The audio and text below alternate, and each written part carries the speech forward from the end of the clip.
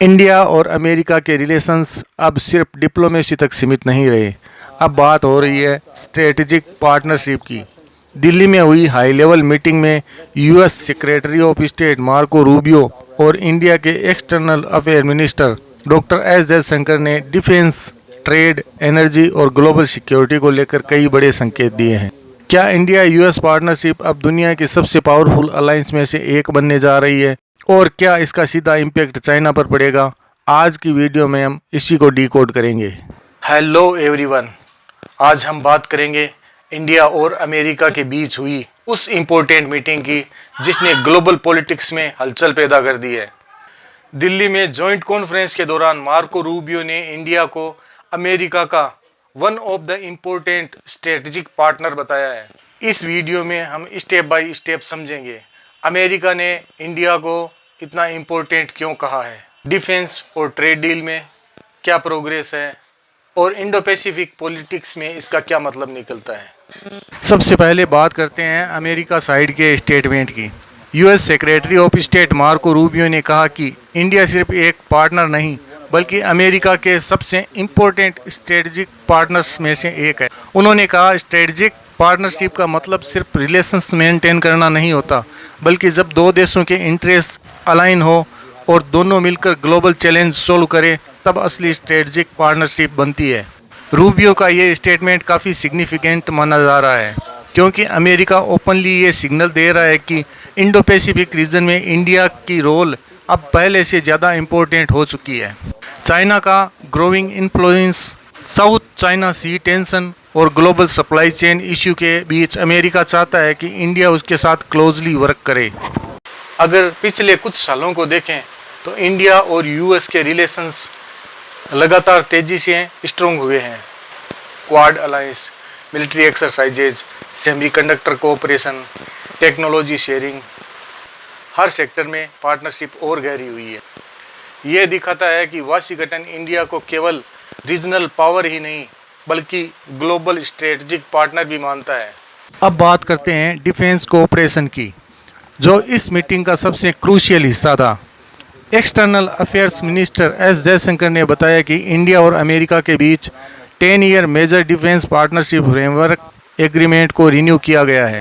इसके अलावा दोनों देशों ने under water domain awareness road map भी साइन किया। सिंपल लैंग्वेज में समझे तो इसका मतलब है कि इंडियन ओशियन रीजन में नोवेल सर्विलेंस और मैरीटाइम सिक्योरिटी को और मजबूत किया जाएगा। जयशंकर ने खास तौर पर मेक इन इंडिया अप्रोच पर जोर दिया, यानी आने वाले समय में अमेरिका डिफेंस मैन्युफैक्चरिंग और टेक्नोलॉजी ट्रांसफ़र में इंडिया के साथ ज़्यादा क्लोजली काम कर सकता है। उन्होंने ये भी कहा कि रिसेंट कॉन्फ्लिक्ट से मिले लेसन को ध्यान में रखते हुए फ्यूचर डिफेंस कॉरपोरेशन को शेप किया जाएगा, यानी drone, AI warfare, cyber security और एडवांस नेवल सिस्टम जैसे एरिया में कोलैबोरेशन बढ़ सकता है।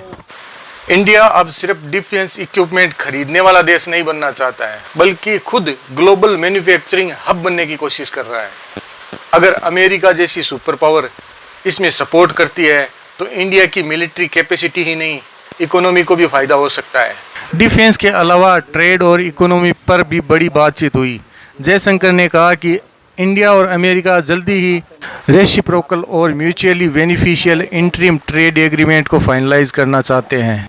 ये एग्रीमेंट आगे चलकर कॉम्प्रहेंसिव बायलैटरल ट्रेड एग्रीमेंट का रास्ता खोल सकता है।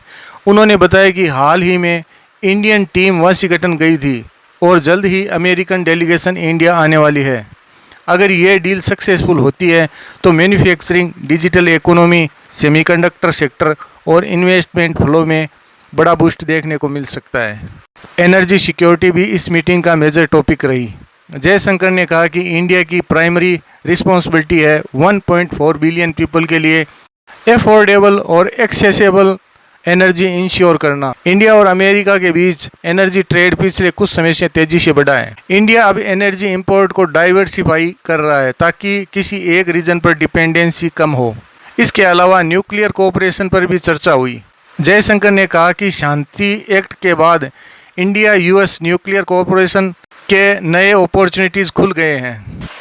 अब सबसे बड़ा क्वेश्चन यह है इंडिया यूएस पार्टनरशिप का डायरेक्ट कनेक्शन कहीं चाइना से तो नहीं है, क्योंकि इंडो पैसिफिक रीजन में चाइना का इन्फ्लुएंस लगातार तेजी से बढ़ रहा है और अमेरिका चाहता है कि इंडिया इस रीजन में एक बैलेंसिंग पावर बने।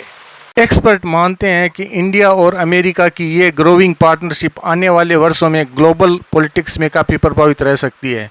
Quad alliance, supply chain, defence technology, AI cooperation, हर जगह दोनों देशों की क्लोजनेस बढ़ रही है। हालांकि इंडिया अपनी स्ट्रेटजिक ऑटोनॉमी मेंटेन करना चाहता है, लेकिन चैलेंजिंग ग्लोबल ऑर्डर अब इंडिया यूएस पार्टनरशिप अब एक मेजर जियोपॉलिटिकल रियलिटी बन चुकी है। सो गाइज, आपको क्या लगता है, अमेरिका और इंडिया की पार्टनरशिप आने वाले समय में दुनिया की सबसे पावरफुल स्ट्रेटजिक पार्टनरशिप बन सकती है, और क्या चाइना पर इसका असर पड़ेगा? कमेंट बॉक्स में ज़रूर बताइए।